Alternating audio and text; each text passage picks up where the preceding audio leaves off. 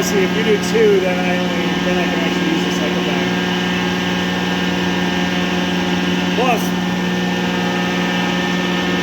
for you, the second bend is a 0-degree bend because of the shear.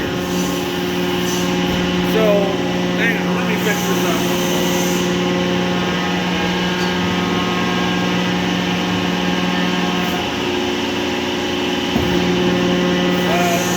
My part. What? That would have been my part.